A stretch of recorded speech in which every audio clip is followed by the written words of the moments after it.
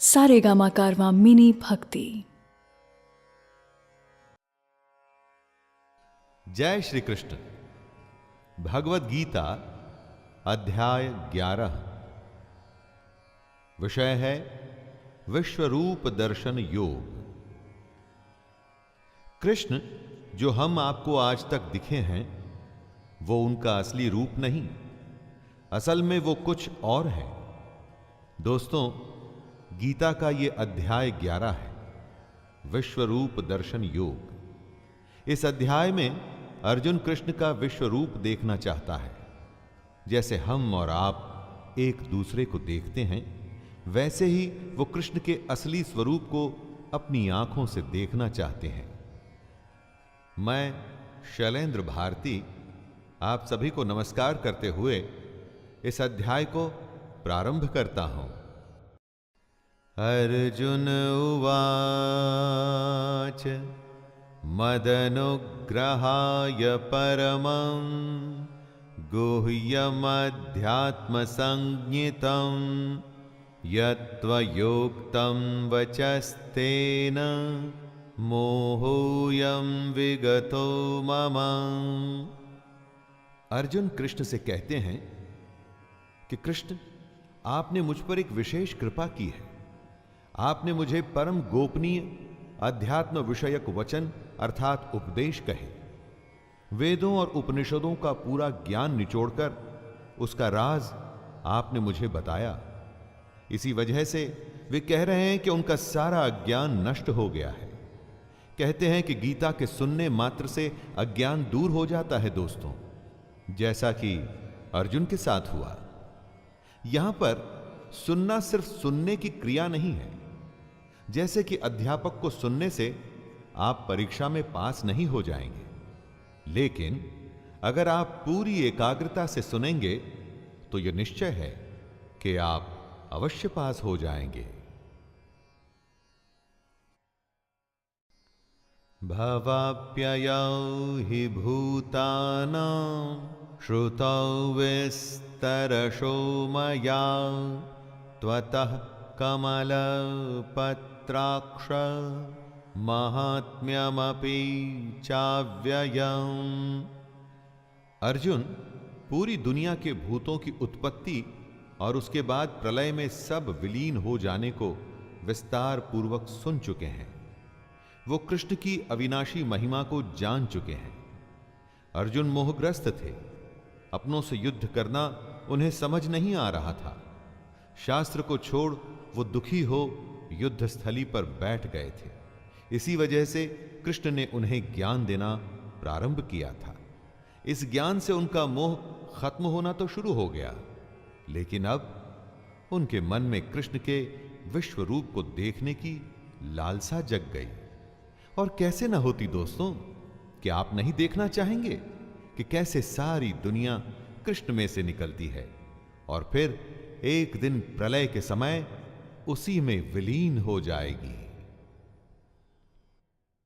एवमेतद्यथार्थ त्वमात्मानं परमेश्वर द्रष्टुमिच्छामि ते रूपम् ऐश्वरं पुरुषोत्तमं। कृष्ण की महिमा अर्जुन ने स्वयं उनके मुख से सुन ली, वो तो ठीक है, परंतु अर्जुन परमेश्वर से कहता है, हे पुरुषोत्तम, आपके ज्ञान, ऐश्वर्य, शक्ति, बल, वीर्य और तेज से युक्त ऐश्वर्य रूप को मैं प्रत्यक्ष देखना चाहता हूं। कृष्ण ने अपनी जिस महिमा को अर्जुन को बताया उसे परम गोपनीय कहते हैं।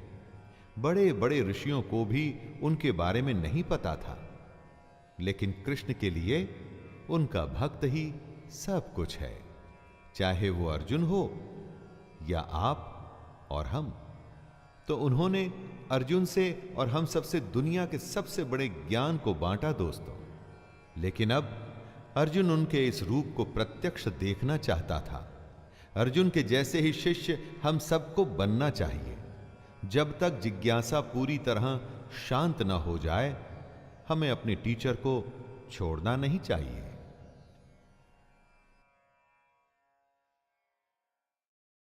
मन्यसे यदि तच्छक्यं मया द्रष्टुमिति प्रभो योगेश्वर ततो मे त्वं दर्शयात्मानमव्ययम्। कृष्ण कण कण में समाये हुए हैं। ऐसा नहीं कि भगवान हर जगह होता है इसलिए, बल्कि इसलिए कि हर कण कण, हर प्राणी कृष्ण में से ही आया है। हमारा हर काम उसी के संकल्प का ही नतीजा है।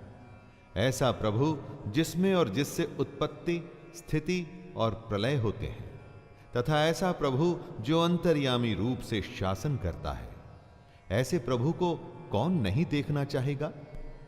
यही बात अर्जुन कहता है उनसे कि यदि उसके द्वारा कृष्ण का वह रूप देखा जाना संभव है तो योगेश्वर को उस अविनाशी स्वरूप का दर्शन कराना चाहिए।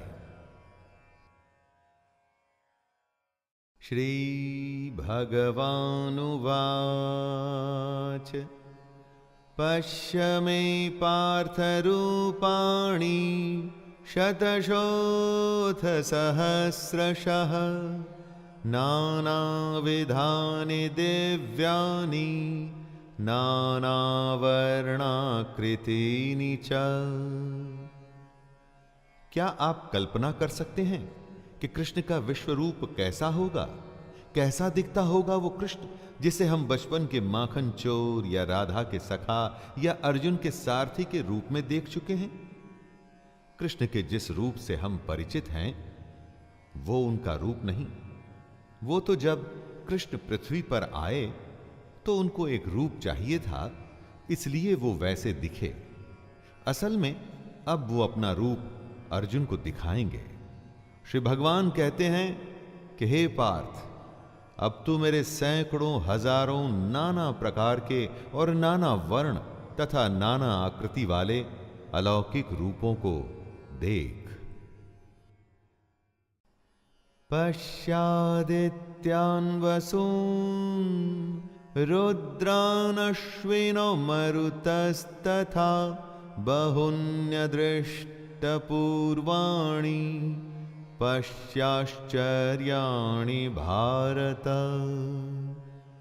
कृष्ण अब अर्जुन को अपना असली रूप प्रत्यक्ष दिखाने जा रहे हैं। ऐसा कभी नहीं हुआ था। कृष्ण के वास्तविक रूप के बारे में कल्पना करना भी संभव नहीं।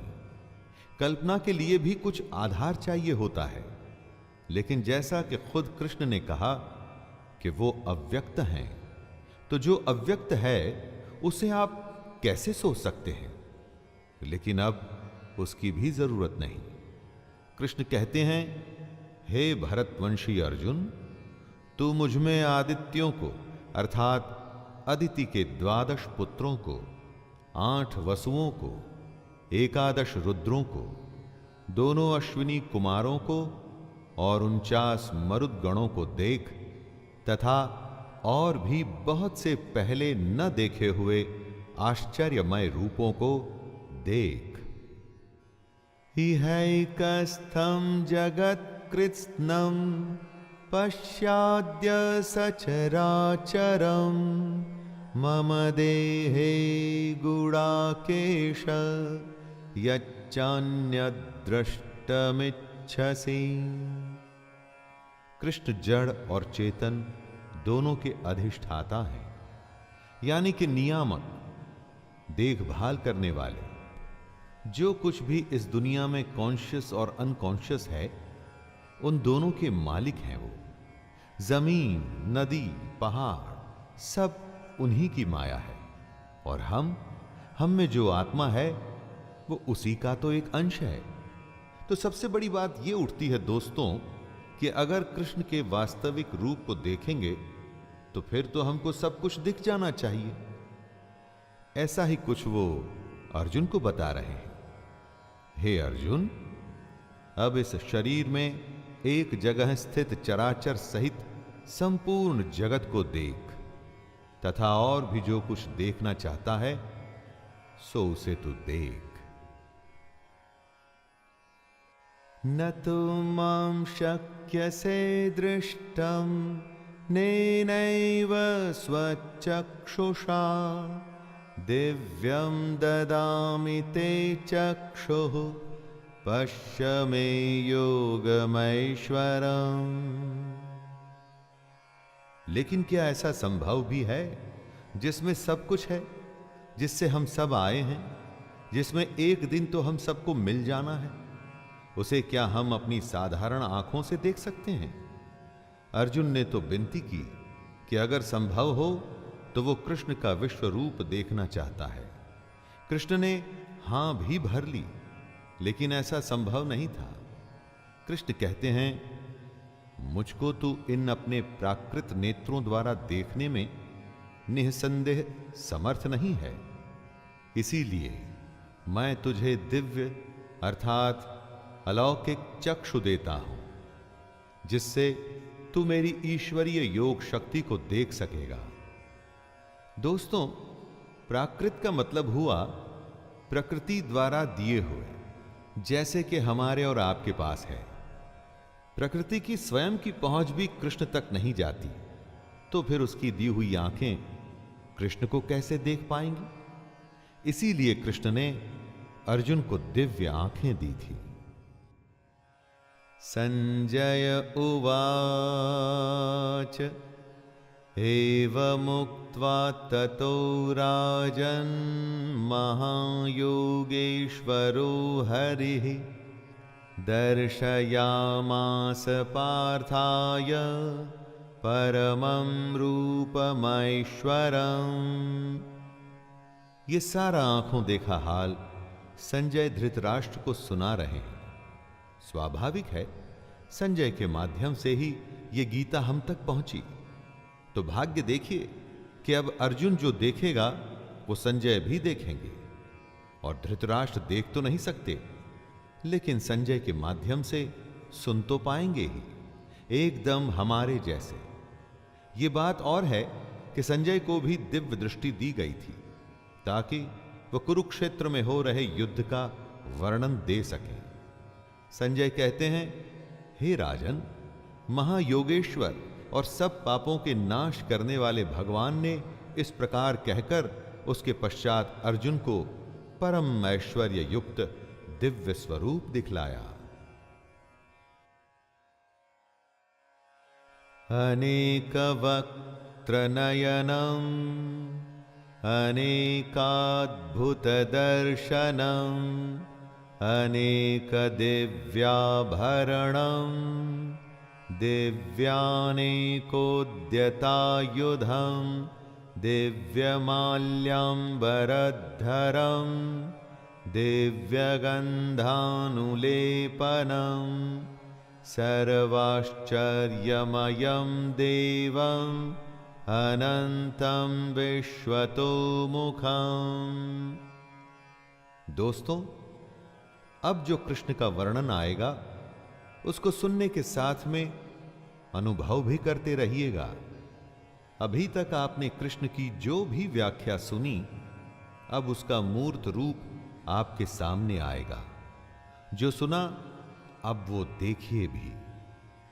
संजय कहते हैं, अनेक मुख और नेत्रों से युक्त, अनेक अद्भुत दर्शनों वाले, बहुत से दिव्य भूषणों से युक्त और बहुत से दिव्य शस्त्रों को धारण किए हुए और दिव्य गंध का सारे शरीर में लेप किए हुए, सब प्रकार के आश्चर्यों से युक्त, सीमा रहित और सब ओर मुख किए हुए विराट स्वरूप परम देव परमेश्वर को अर्जुन ने देखा। देवी सूर्य सहस्रस्य भवेद्युगपदुत्थिता यदि भासदृशी सा स्यात् भासस्तस्य महात्मनः। क्या सूर्य से कभी आंख मिला सकते हैं? क्या एक टक उसे देख सकते हैं? कृष्ण के विराट रूप को देखना एक नहीं, हजारों सूर्य को देखने के समान है। इसीलिए अर्जुन अपनी प्राकृत आंखों से उसे नहीं देख सकते थे। इस विराट रूप का नजारा करने के लिए ही अर्जुन को दिव्य चक्षु दिए गए थे। संजय धृतराष्ट्र को बताते हैं कि जैसे ही कृष्ण का विराट रूप सामने आया तो ऐसा हुआ कि जैसे कि आकाश में 1000 सूर्य एक साथ उदय हो गए हों। दोस्तों, 1000 सूर्य जब एक साथ उदय हो तो सोचिए कितना प्रकाश होगा। इतना ही प्रकाश उस समय अर्जुन के सामने था।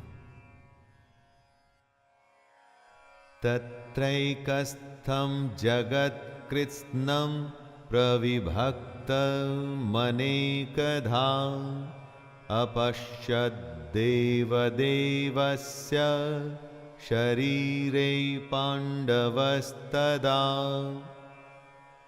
कृष्ण अपना विराट रूप अर्जुन को दिखा रहे हैं। आवश्यक बात यह है कि कृष्ण का रूप असल में इस चराचर का ही तो रूप होगा, क्योंकि ये दुनिया, प्रकृति, हमारी आत्मा सब उसी के अंश का ही रूप है। इसीलिए स्वाभाविक है कि अर्जुन को जो दिखें उसमें हमारा ये पूरा विश्व, ब्रह्मांड और हम खुद भी शामिल हों। संजय कहते हैं कि पांडुपुत्र अर्जुन ने उस समय अनेक प्रकार से विभक्त अर्थात पृथक पृथक संपूर्ण जगत को देवों के देव श्री कृष्ण भगवान के उस शरीर में एक जगह स्थित देखा। अर्जुन को अब ये जगत अलग अलग और बनता हुआ भी दिख रहा है। ततः स विस्मयाविष्टो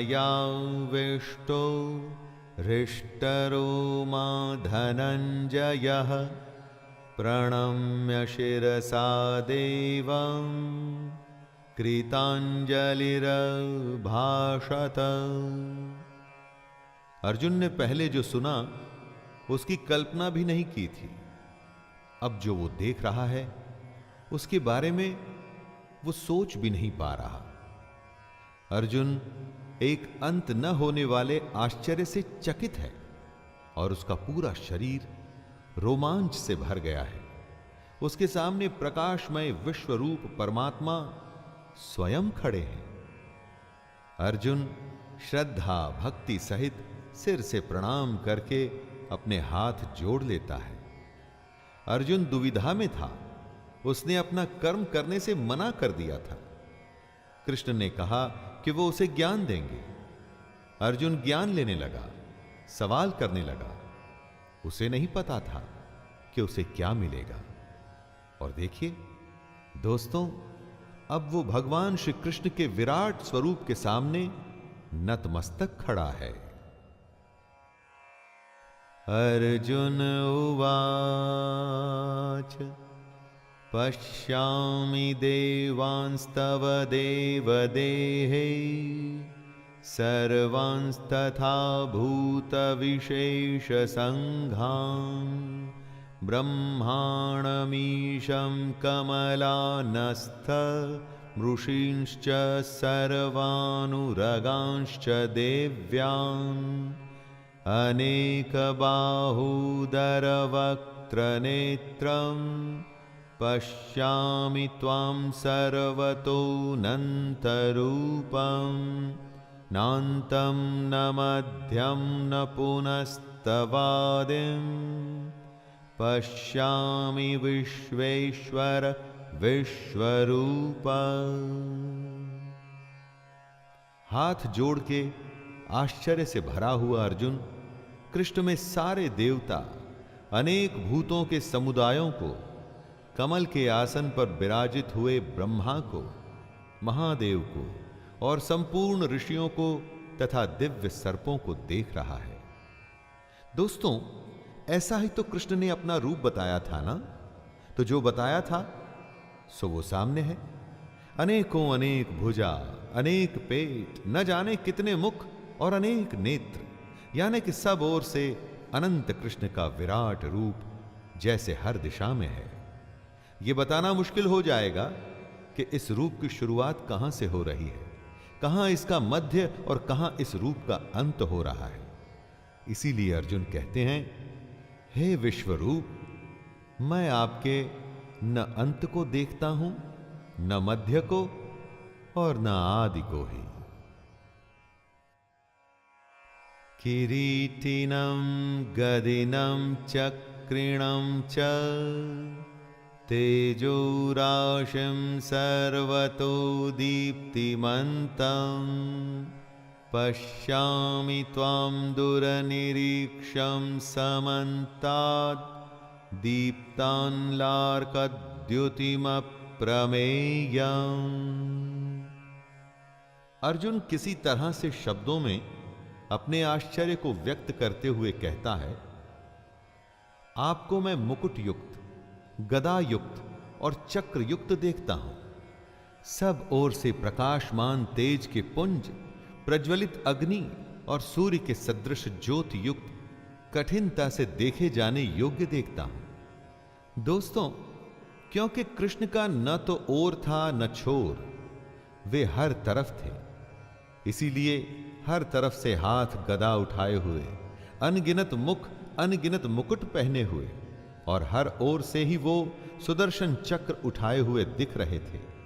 हजारों सूर्य की रोशनी कृष्ण को तेज के पुंज के रूप में प्रस्तुत कर रही थी। त्वमक्षरं परमं वेदितव्यं, त्वमस्य विश्वस्य परं निधानम्, त्वमव्ययः शाश्वतधर्मगुप्ता, सनातनस्त्वं पुरुषो मतो मे। जो सुना था अब उसी को देख अर्जुन का अंतःकरण कृष्ण को जान रहा था। कृष्ण ने कहा था कि वो परम अक्षर हैं, यानी कि जिसका क्षय नहीं होता, जो नाश रहित है। कृष्ण ने यह भी बताया था कि जब कुछ नहीं था तब वो थे। कृष्ण उस समय को भी जानते हैं जब अर्जुन नहीं था, और आने वाले उस समय को भी जो अभी आया नहीं है। इसीलिए अर्जुन कृष्ण को इस जगत के परम आश्रय, अनादि धर्म के रक्षक, अविनाशी सनातन पुरुष हैं ऐसा बता रहा है। कृष्ण के इस विराट रूप को देखकर अब अर्जुन समझ रहा है कि क्यों कृष्ण सनातन पुरुष हैं। चारों तरफ उनका मुख, उनके हाथ हैं, हर तरफ सिर्फ कृष्ण है, कृष्ण है, कृष्ण है और कुछ भी नहीं। अनादिमध्यान्तमनन्तवीर्यम् अनन्तबाहुं शशिसूर्यनेत्रं पश्यामि त्वां दीप्तहुताशवक्त्रं स्वतेजसा विश्वमिदं तपन्तम्। अर्जुन कृष्ण के रूप का वर्णन करने की कोशिश कर रहा है। वो कहता है कि जिसका न आदि दिखता है, न अंत दिखता है और मध्य भी नहीं दिखता, ऐसे रूप वाले को मैं जगत को पालते हुए देख रहा हूं। मैं देख सकता हूं कि कृष्ण का यह रूप अनंत सामर्थ्य से युक्त, यानी कि ये कुछ भी करने में समर्थ है।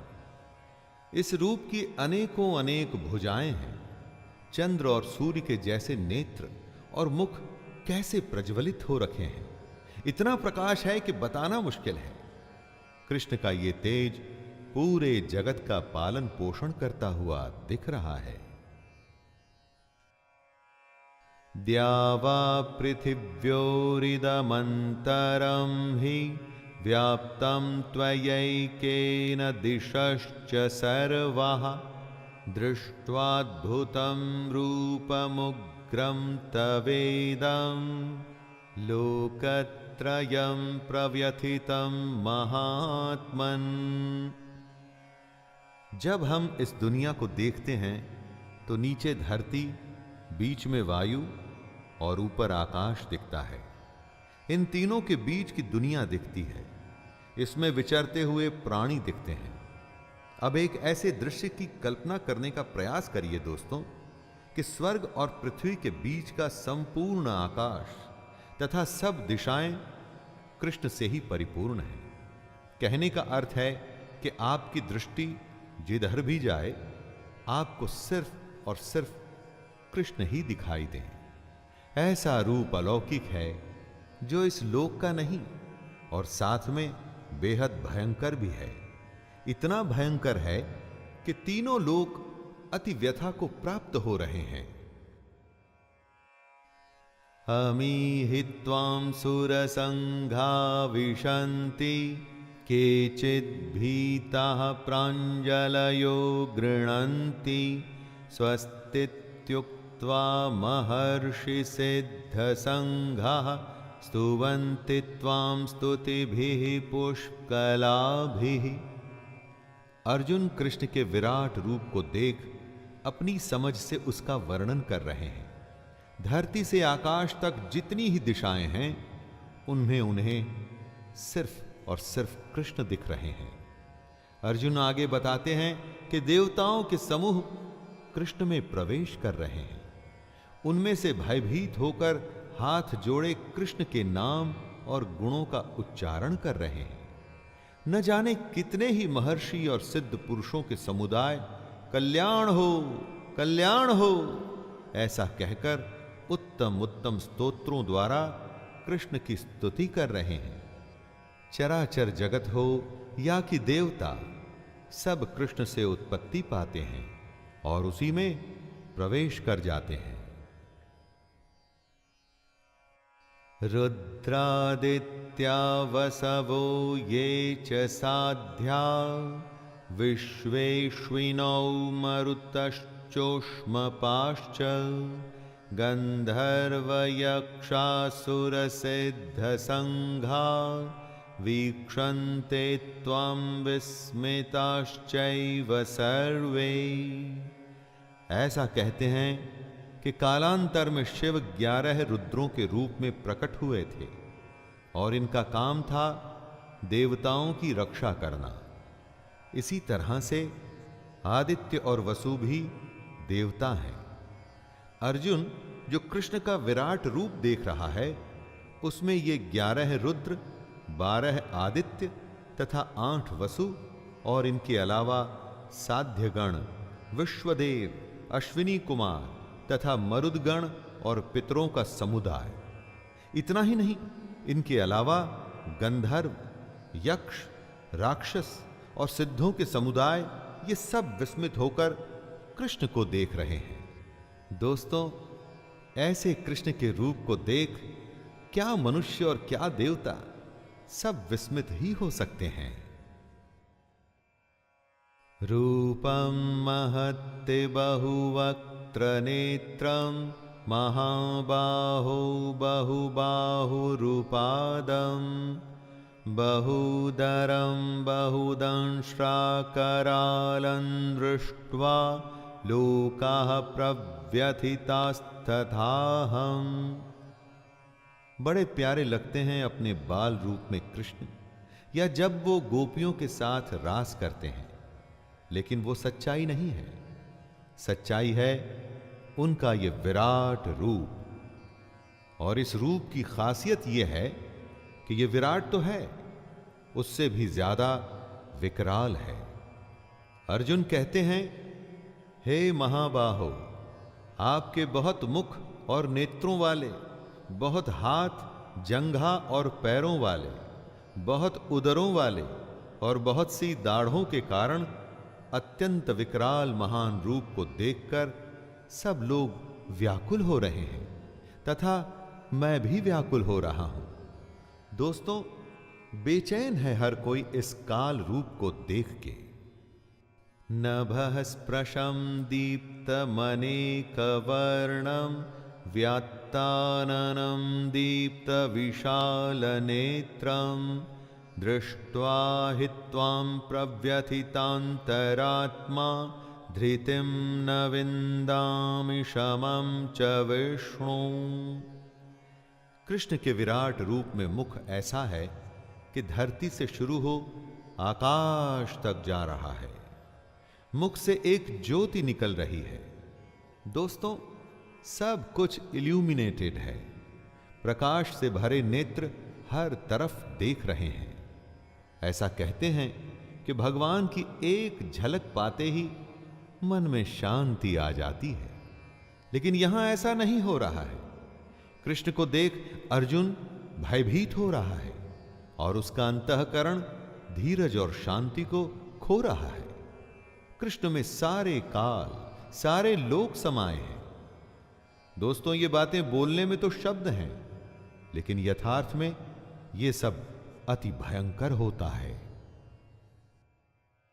दंष्ट्राकरालानि च ते मुखानि दृष्टैव कालानलसन्निभानि दिशो न जाने न लभे च शर्मा प्रसीद देवेश जगन्निवास।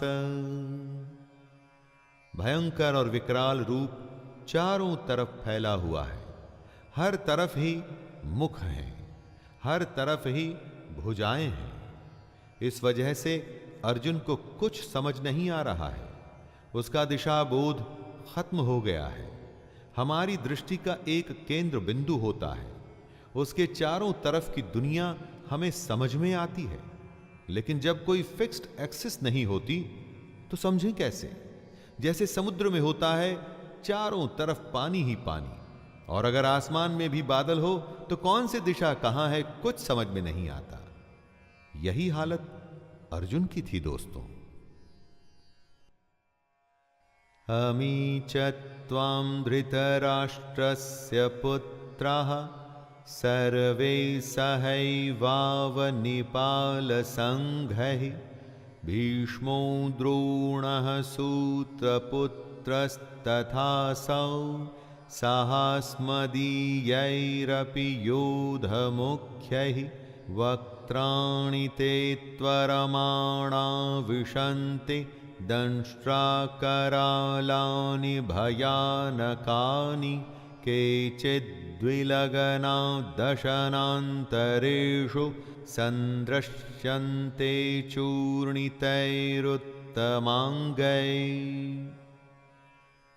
अभी तक तो अर्जुन को रुद्र, आदित्य, वसु और देवता दिख रहे थे, लेकिन अब उसे कुछ ऐसा दिख रहा है जो और भी विस्मयकारी है। धृतराष्ट्र के सभी पुत्र, उनका साथ दे रहे राजाओं के समुदाय सब कृष्ण में प्रवेश कर रहे हैं। इतना ही नहीं, भीष्म पितामह, द्रोणाचार्य और कर्ण स्वयं अर्जुन के पक्ष के राजा और योद्धा भी विकराल भयानक मुखों में बड़े वेग से दौड़ते हुए प्रवेश कर रहे हैं। मुख में जाते हुए वो चकनाचूर हो गए हैं। कई एक चूर्ण हुए सिरों सहित कृष्ण के दांतों के बीच में लगे हुए दिख रहे हैं। दृश्य ऐसा है कि सोच के रोंगटे खड़े हो जाते हैं। अर्जुन तो स्वयं अपनी दिव्य दृष्टि से यह सब प्रत्यक्ष देख रहा था। ऐसा ही उसने चाहा था दोस्तों, और ऐसा ही कृष्ण ने उसे दिखाया।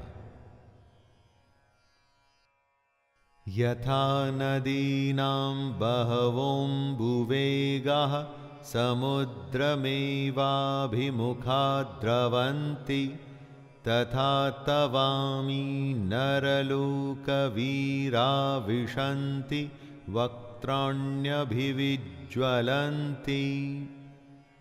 नदियां कैसे दौड़ती हुई समुद्र में प्रवेश कर जाती हैं, जैसे वही उनकी नियति हो। और एक नहीं, अनेक नदियां समुद्र में प्रवेश करती हैं। ऐसे ही ये नरलोक के वीर जो महाभारत के महान धर्म युद्ध में भाग लेने आए हैं, ये सभी योद्धा कृष्ण के प्रज्वलित मुखों में प्रवेश कर रहे हैं। जीवन का यथार्थ क्रूर रूप से अर्जुन और हमारे सामने पेश हो रहा है। यही तो कृष्ण ने कहा भी था कि एक दिन सब उनको ही प्राप्त हो जाते हैं। योद्धा जब अपना कर्म करते हुए लड़ते हैं, वीर गति को प्राप्त होते हैं, तो वो भी कृष्ण को ही प्राप्त होते हैं। और ऐसा ही यहां भी हो रहा है। यथा प्रदीप्तं ज्वलनं पतंग अविशन्ति नाशाय समृद्धवेगाः तथैव नाशाय विशन्ति लोकास्तवापि वक्त्राणि समृद्धवेगाः। ज्योति को देख पतंगा कैसे उड़ता हुआ आता है और नष्ट हो जाता है। ऐसा सदियों से, शायद प्रकृति की शुरुआत से हो रहा है। दोस्तों, ये मोह कैसा होता है जो पतंगे को ज्योति की तरफ खींच के ले आता है? साइंस के पास इसका जवाब अवश्य होगा, लेकिन कृष्ण ने बताया कि हर किसी का स्वभाव उनके संकल्प से होता है। अर्जुन ये देख रहा है कि पतंगों की ही तरह सब इन जलते हुए मुखों में दौड़ते हुए प्रवेश कर रहे हैं। यही तो इन योद्धाओं की भी नियति है, इनका अंत है। लेलिह्यसे ग्रसमानः समन्ताल लोकान् समग्रान् वदनैर्ज्वलब्धिः तेजोभिरापूर्य जगत् समग्रं भासस्तवोग्रः प्रतपन्ति विष्णु। अर्जुन सबसे महान योद्धा है और वो जो दृश्य देख रहा है उससे व्याकुल है, भयभीत है। वो जो देख रहा है उसका वर्णन आसान नहीं। अर्जुन कहता है, आप उन संपूर्ण लोकों को प्रज्वलित मुखों द्वारा ग्रास करते हुए सब ओर से बार बार चाट रहे हैं। हे विष्णु, आपका उग्र प्रकाश संपूर्ण जगत को तेज द्वारा परिपूर्ण करके तपा रहा है। कृष्ण के अनगिनत मुखों से निकलती अग्नि से सब कुछ तप चुका है। जितने भी योद्धा इन मुखों की तरफ तेज गति से आ रहे हैं, इन सबको खाते हुए ये मुख साथ में उनको चाट भी रहे हैं। दृश्य भयानक और विकराल होने के साथ विभस्त भी है। आख्याहि में को भवानुग्र रूपो नमोस्तु ते देववर प्रसीद विज्ञातुमिच्छामि भवन्तमाद्यं नहि प्रजानामि तव प्रवृत्तिम्। व्याकुल और परेशान हो अर्जुन आखिर पूछ ही बैठता है, प्रभु मुझे बतलाइए कि आप उग्र रूप वाले कौन हैं? हे देवों में श्रेष्ठ, आपको नमस्कार हो, आप प्रसन्न होइए। आदि पुरुष, आपको मैं विशेष रूप से जानना चाहता हूं, क्योंकि मैं आपकी प्रवृत्ति को नहीं जानता। अर्जुन ने अपनी जिज्ञासा को शांत करने के लिए कृष्ण से विनती की थी कि वो उनका विश्व रूप देखना चाहता है, लेकिन यहां उल्टा हो गया। जिज्ञासा शांत तो नहीं हुई, बल्कि और बढ़ गई। उसके मन में कितने ही प्रश्न आ गए। सबसे बड़ा कि वो कृष्ण की प्रवृत्ति को जानना चाहता है।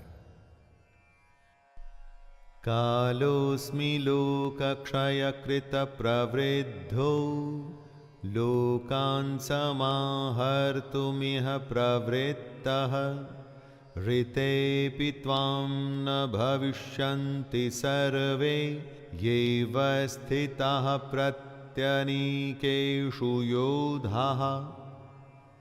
श्री भगवान अर्जुन को उत्तर देते हुए बताते हैं कि वे लोकों का नाश करने वाले महाकाल हैं और इस समय इन लोकों को नष्ट करने के लिए ही प्रवृत्त हुए हैं।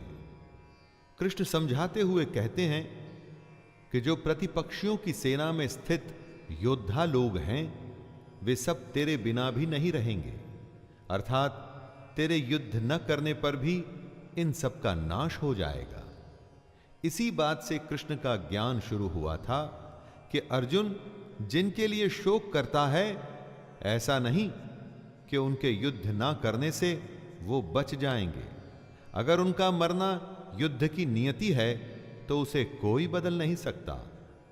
और दोस्तों, ऐसा यहां हो भी रहा है।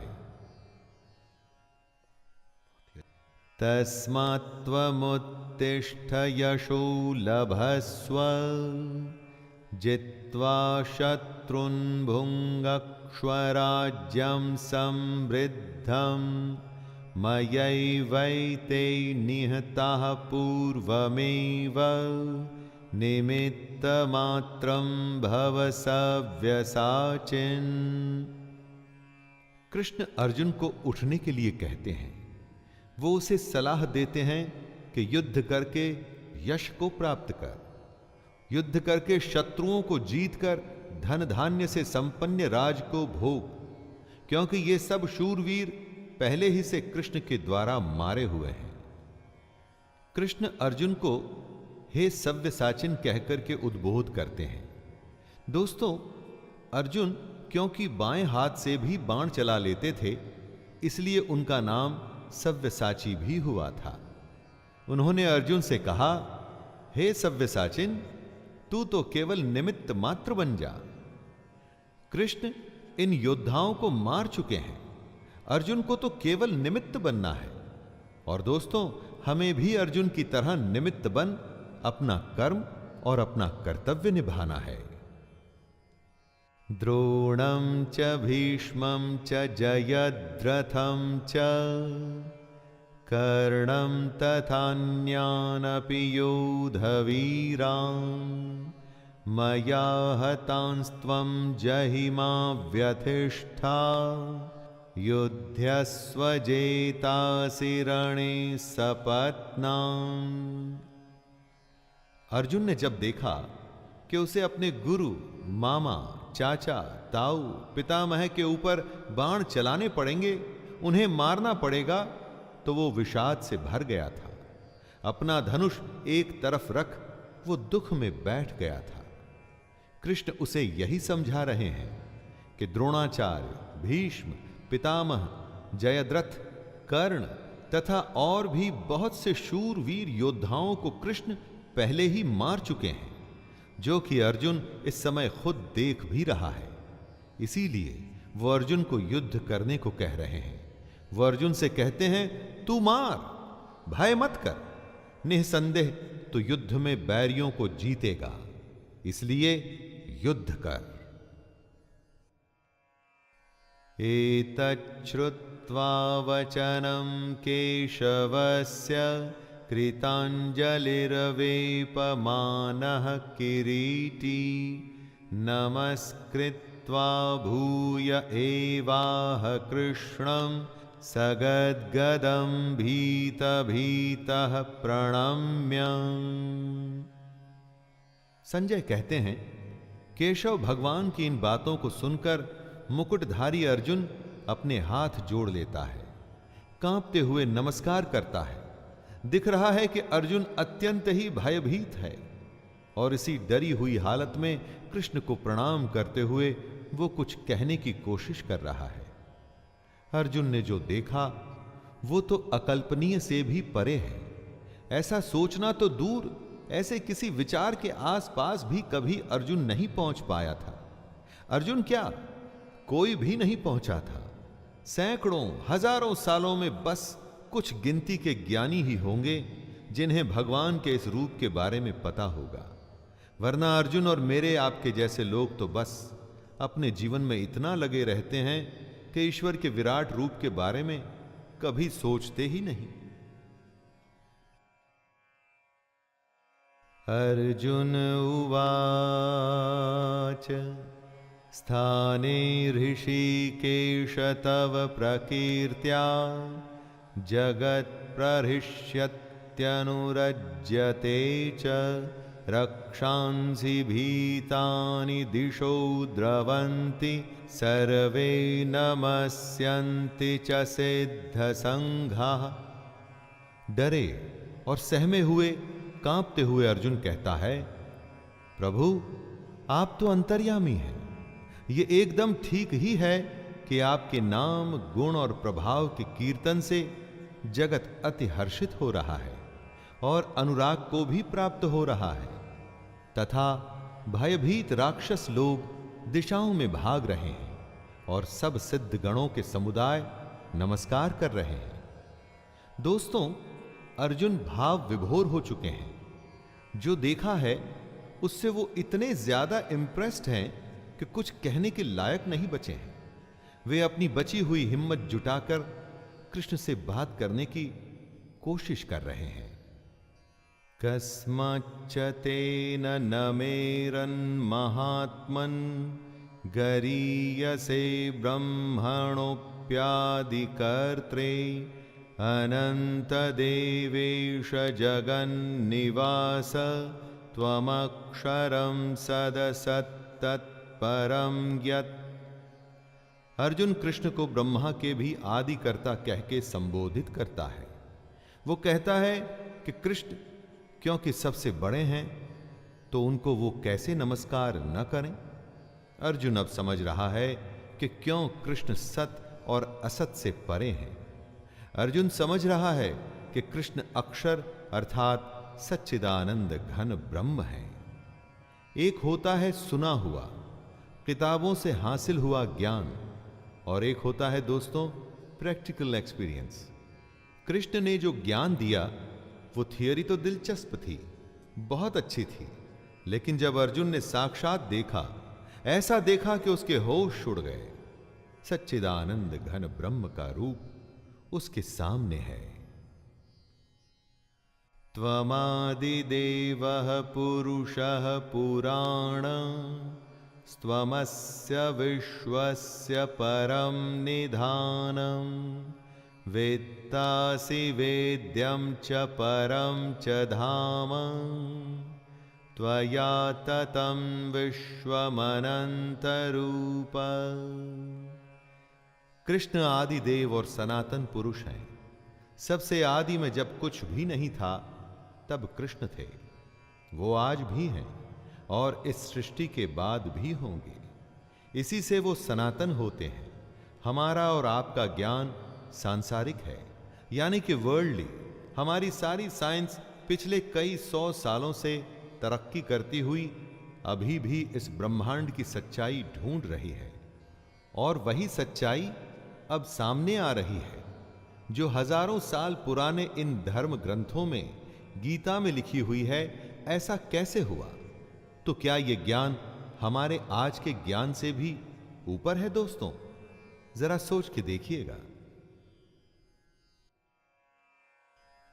वायुर्मोऽग्निर्वरुणः शशाङ्कः प्रजापतिस्त्वं प्रपितामहश्च नमो नमस्तेस्तु सहस्रकृत्वः पुनश्च भूयोऽपि नमो नमस्ते नमः पुरस्तादथ पृष्ठतस्ते नमोऽस्तु ते सर्वत एव सर्व अनन्तवीर्यामितविक्रमस्त्वं सर्वं समाप्नोषि ततोऽसि सर्वः।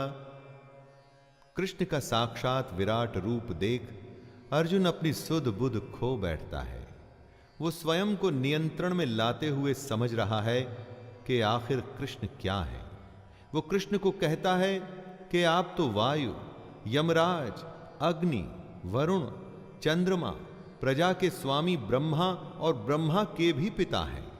आपके लिए हजारों हजारों बार नमस्कार नमस्कार हो प्रभु। आपके लिए फिर भी बार बार नमस्कार नमस्कार।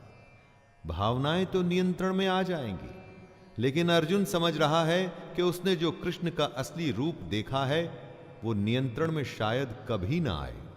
ऐसा भयंकर, ऐसा विशाल, ऐसे स्वरूप को तो बस आप नमस्कार ही कर सकते हैं।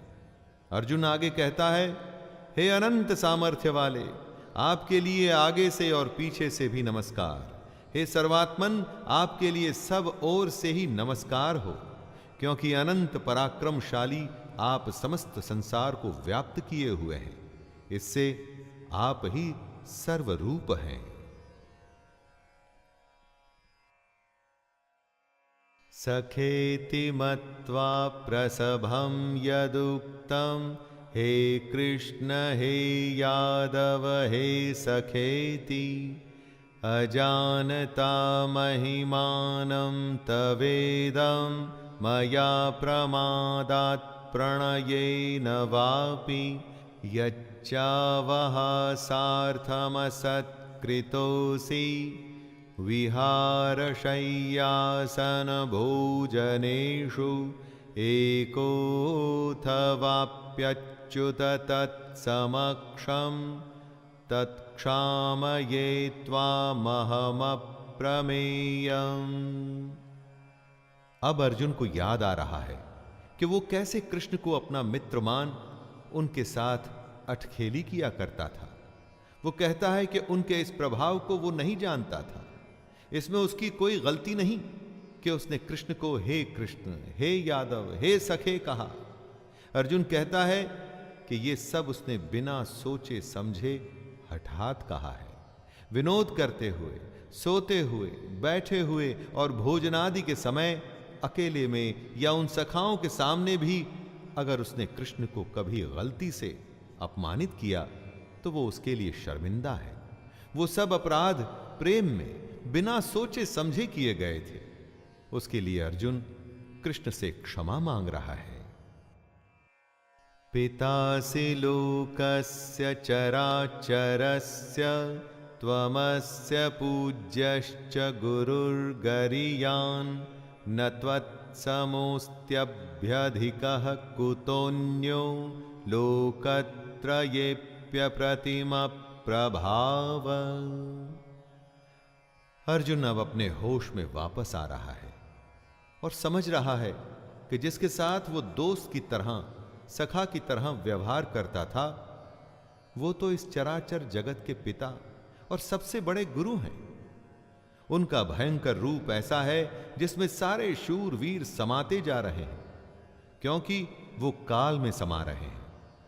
कृष्ण अनुपम प्रभाव वाले हैं, यानी कि कृष्ण का ऐसा प्रभाव है जिसकी कोई उपमा नहीं। अर्जुन कहता है कि तीनों लोकों में आपके समान दूसरा कोई नहीं है, फिर अधिक तो कैसे हो सकता है।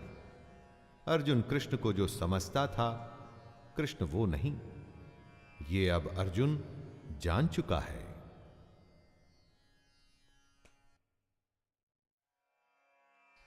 तस्मात् प्रणम्य प्रणिधाय कायं प्रसादये त्वामहिमीशमीड्यं पितेव पुत्रस्य सखैव सख्युः प्रियः प्रियायार्हसि देव सोढुम्।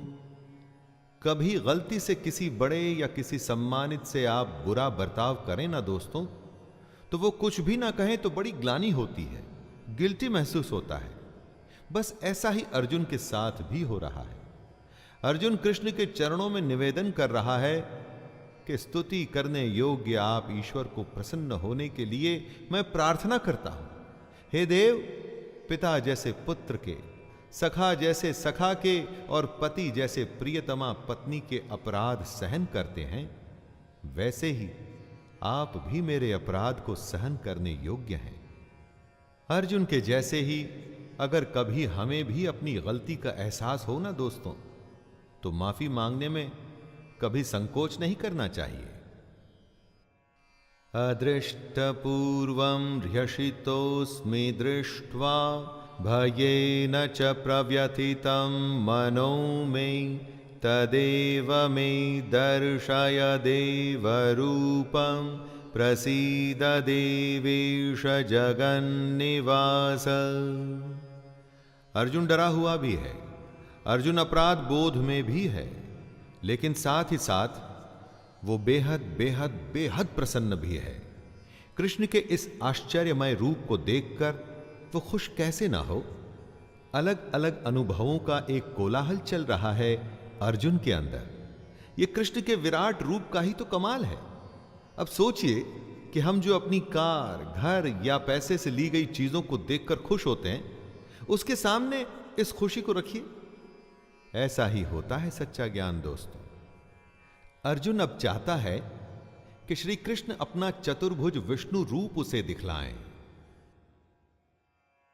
किरीटिनं गदिनं चक्रहस्तं इच्छामि त्वां द्रष्टुमहं तथैव तेनैव रूपेण चतुर्भुजेन सहस्रबाहो भव विश्वमूर्ते। हमारी इस दुनिया की खुशियां इतनी छोटी और क्षण भंगुर हैं कि असली ज्ञान के सामने उनकी कोई तुलना नहीं। वो ही असली आनंद होता है। इसीलिए धरती को दुख का घर भी कहा गया है, क्योंकि आप चाहें कुछ भी कर लें, अंत में दुख ही जीतता है। और वो इसलिए क्योंकि आप अपने अज्ञान को हटाकर उस परमात्मा के असली रूप को नहीं देखना चाहते। इसीलिए ये गीता रची गई है दोस्तों। परमात्मा के इसी रूप को अब अर्जुन चतुर्भुज यानी कि मुकुट धारण किए हुए तथा गदा और चक्र हाथ में लिए हुए देखना चाहता है। श्री भगवानुवाच मया प्रसन्नेन तवार्जुनेदं रूपं परं दर्शितमात्मयोगात् तेजोमयं विश्वमनन्तमाद्यं यन्मे त्वदन्येन न दृष्टपूर्वम्। अर्जुन कृष्ण को बहुत प्यारे थे, इसीलिए उन्होंने कहा कि पांडवों में मैं धनंजय हूं। इसी प्रेमवश श्री भगवान कहते हैं, हे अर्जुन, अनुग्रह पूर्वक मैंने अपनी योग शक्ति के प्रभाव से ये मेरे परम तेजोमय, सबका आदि और सीमा रहित विराट रूप तुझे दिखाया है, जिसे तेरे अतिरिक्त दूसरे किसी ने पहले नहीं देखा था। क्या कमाल है दोस्तों कि अर्जुन से पहले कृष्ण का यह विराट रूप किसी ने नहीं देखा था। लेकिन भला हो इस गीता का, संजय का, महाभारत का कि हम ये सब कम से कम सुन तो पाए।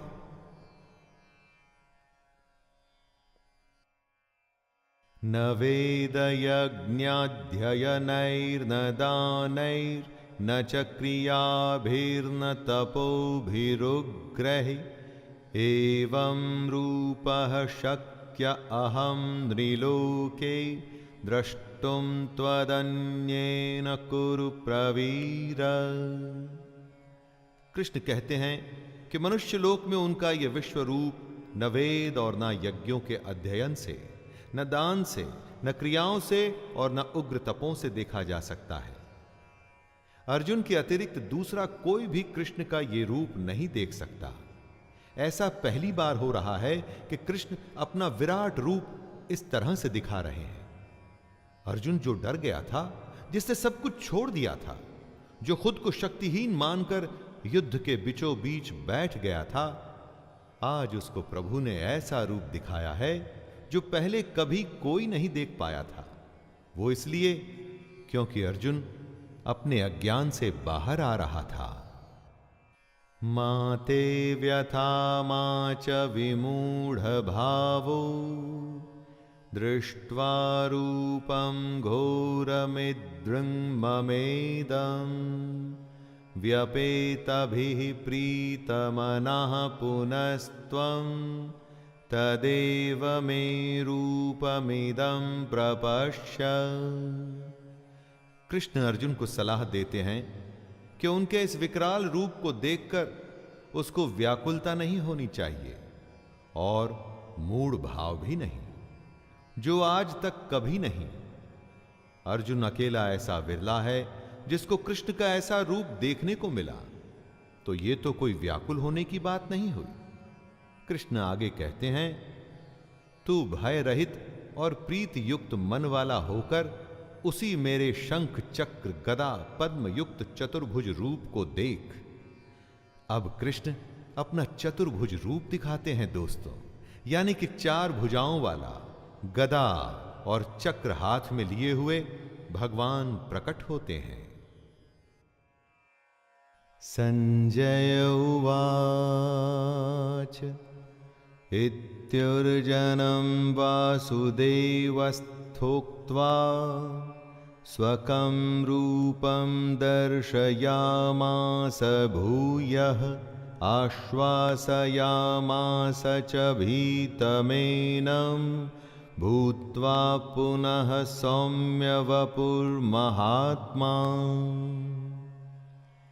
संजय कुरुक्षेत्र से अपना आंखों देखा हाल बताते हुए धृतराष्ट्र से कहते हैं कि कृष्ण अर्जुन को अपना चतुर्भुज रूप दिखा रहे हैं, और सिर्फ अपना ये 4 भुजाओं वाला रूप ही नहीं दिखा रहे, बल्कि साथ में उसे धीरज भी दे रहे हैं कि अर्जुन डरे नहीं, व्याकुल ना हो। ये सब तो उन्होंने अर्जुन को ज्ञान देने के लिए किया। अपनी एक एक बात कृष्ण ने अर्जुन को इसलिए बताई कि अर्जुन अपनी अज्ञानता से बाहर आ सकें, अपने मन में छुपी अज्ञानता की परत को हटाकर अपनी आत्मा के समक्ष हो वो भगवान का रूप पहचान सकें।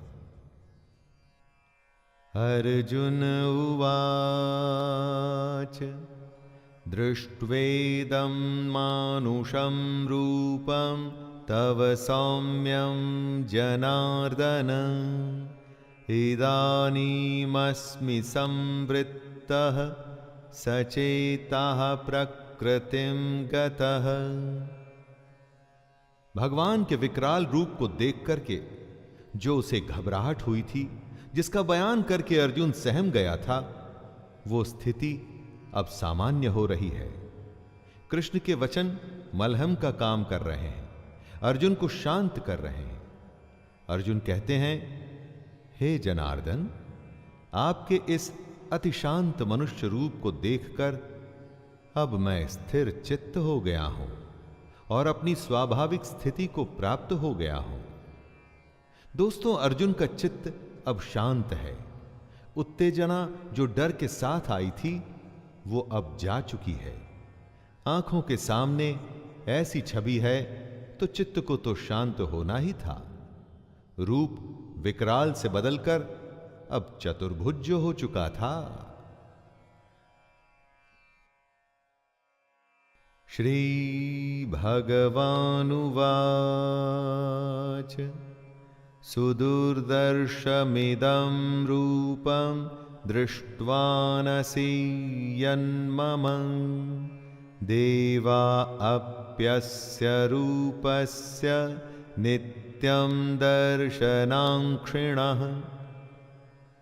कृष्ण अर्जुन को बताते हैं कि उनका जो ये चतुर्भुज रूप उसने देखा है वो उसके दर्शन बड़े ही दुर्लभ हैं।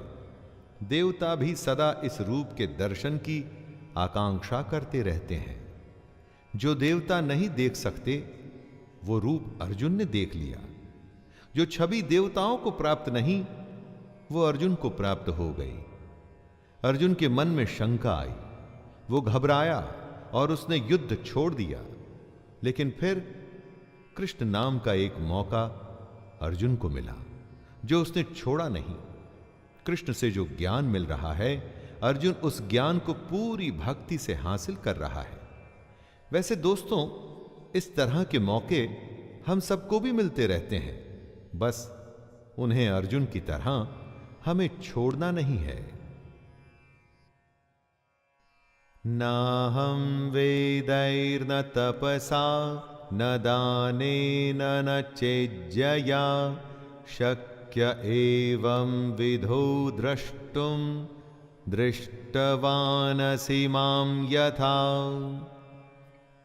न वेदों से, न तप से, न दान से और न यज्ञ से ही कृष्ण का यह चतुर्भुज रूप देखा जा सकता है। आपको हैरानी नहीं होती कि कृष्ण ऐसा कैसे कर सकते हैं? माना कि कृष्ण उनका प्रिय है, वो उनको पसंद है, लेकिन बाकियों के लिए ऐसा कैसे हो सकता है कि वो कृष्ण के इस रूप को कभी देख ही न पाए? देवता तक को कृष्ण ने अपने इस रूप से वंचित किया हुआ। ऐसा क्यों? क्योंकि कृष्ण को ढोंग और पाखंड बिल्कुल पसंद नहीं है। दोस्तों, वो दिखावे के एकदम खिलाफ हैं। मन में सच्चाई की, अनन्य श्रद्धा की वो बात करते हैं। इसीलिए अपने इस रूप को उन्होंने इतना दुर्लभ बना रखा है।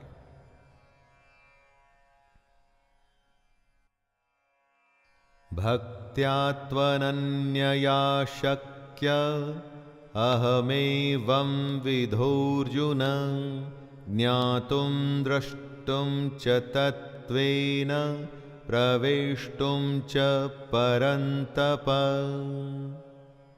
कृष्ण के चतुर्भुज रूप को देखना असंभव है, लेकिन फिर भी एक उपाय है, और ये उपाय एकदम आसान है, एकदम आसान भी है और असंभव भी है। कैसे, जरा सुनिएगा। हे परंतप अर्जुन, अनन्य भक्ति के द्वारा इस प्रकार चतुर्भुज रूप वाला मैं प्रत्यक्ष देखने के लिए, तत्व से जानने के लिए तथा प्रवेश करने के लिए अर्थात एक ही भाव से प्राप्त होने के लिए भी शक्य हूं। कृष्ण कह रहे हैं कि मेरा चतुर्भुज रूप भी दिखेगा, मेरा तत्व भी समझ में आएगा अगर आप में एक ही भाव है, अगर मन में सिर्फ एक ही भाव है। मत कर्म कृन् मत परमो मद भक्तः संगवर्जितः निर्वैरः सर्वभूतेषु यः स मामेति पांडव। असंभव को आसान करते हुए कृष्ण बता रहे हैं कि उनके रूप और उनके तत्व को पाने का उपाय है। जो पुरुष केवल कृष्ण के लिए ही संपूर्ण कर्तव्य कर्मों को करने वाला है, कृष्ण का भक्त है, आसक्ति रहित है और जो किसी भी प्राणी से वैर भाव नहीं रखता, यानी किसी का बुरा नहीं चाहता, वह अनन्य भक्ति युक्त पुरुष कृष्ण को ही प्राप्त होता है। वैसे तो कहने को श्री कृष्ण को देखना और पाना एकदम असंभव है दोस्तों, लेकिन अगर मन में सच्ची भक्ति, कर्म के प्रति कर्तव्य है लेकिन आसक्ति नहीं, तो कृष्ण दिखेंगे भी और प्राप्त भी होंगे। दोस्तों, यह था गीता का 11वां अध्याय। इसमें कृष्ण ने अपनी विभूतियों के बारे में अर्जुन को बताया और अपना विराट रूप और साथ में चतुर्भुज रूप भी दिखाया। मैं शैलेंद्र भारती आपसे आज्ञा लेता हूं और मिलते हैं 12वें अध्याय में फिर से। तब तक के लिए जय श्री कृष्ण।